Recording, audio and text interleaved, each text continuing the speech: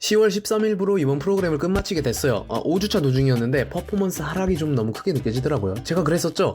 단순하게 당일 컨디션이 좋지 않은 거랑 프로그램을 돌리면서 누적돼가지고 느껴지는 피로도랑은 확실하게 구분이 가능하다고요. 흔히들 몸이 잠긴다고 하죠. 그리고 여기서 후자를 느꼈기 때문에 손을 털어낸 거예요.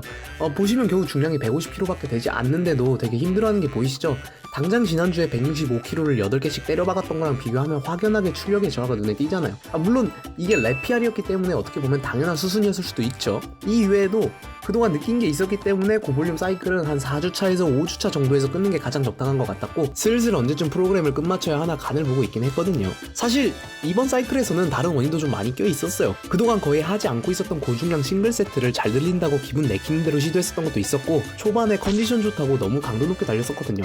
그렇게 하지 말라고 강조를 했었던 부분이었는데 이거 완전 내로남불의 정석이 아닐 수가 없죠. 어쨌든 이제 다음 프로그램에 대한 계획을 세워야 하는데, 제가 이제 파워리프팅을 시작한 지 1년이 다 되기도 했고 작년 12월에 트레인트로 윈터 쇼다운에 참가했었잖아요. 그래서 그 1주년을 맞이하는 기념에 이번에는 원RM을 재보려고 해요. 측정 시기는 윈터 쇼다운이 열렸던 12월 중순쯤이 되지 않을까 싶어요. 왜냐면 이번 한 주를 디로딩으로 보내고 나면 다음 사이클이 시작되는 게 10월 말쯤이 될 테고, 제가 평균적으로 프로그램마다 가지는 한 사이클의 주기인 6주 정도가 되면 얼추 그 정도 기간이 나오니까요. 사실 원RM 측정을 위한다고는 하지만 평소 프로그램이랑 크게 다르지는 않을 거예요. 기존에 사용하고 있던 프로그램, 이번에 고볼륨 사이클을 끝냈으니까 스트렝스 증가 사이클을 베이스로 할 거고요. 다만 이번에는 계획에 맞춰서 무리하지 않고 착실하게 블록을 쌓아 올려가야죠. 제 작년 윈터 쇼다운 기록이 59kg 체급에 스쿼트 165, 벤치프레스 100, 데드리프트 195로 토탈 460이었어요. 당시에 PR을 잰 지 한 달도 되지 않은 시점에서 급하게 참가를 결정하게 돼가지고 이래저래 평소에 하던 것보다 꽤 못한 거긴 했지만, 어쨌든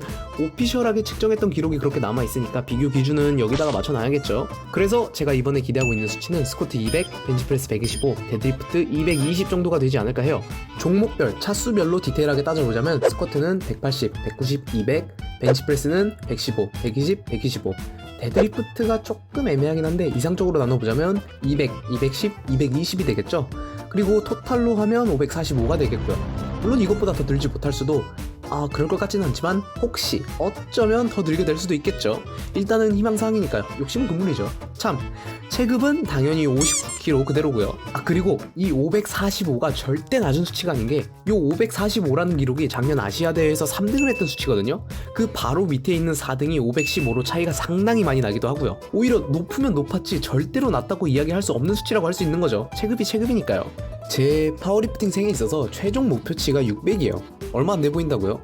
이게 제 체급에서는 체중 10배가 넘어가는 수치이기도 하고, 실제로 오픈 파워리프팅 사이트를 보면 19년도 기준으로 59kg급에서 토탈 600을 넘어가면 정말 최상위권에 안착할 수 있거든요. 사실 600이 아니라 550만 넘겨도 굉장히 상위권이라고 볼 수 있어요. 보시면 550이 20위권 이내라는 걸 확인할 수가 있고요. 물론 선수들도 가만히 있지는 않죠. 올해 세계 각지에서 열리는 파워리프팅 대회들을 보면 작년에 비해서 확실히 선수들의 수준과 기록이 상승하고 있으니까요. 저야 이제 1년 차잖아요. 조급해할 건 전혀 없죠. 워렌 버핏 동의한 명언이 있어요. 존버만이 살 길이라고.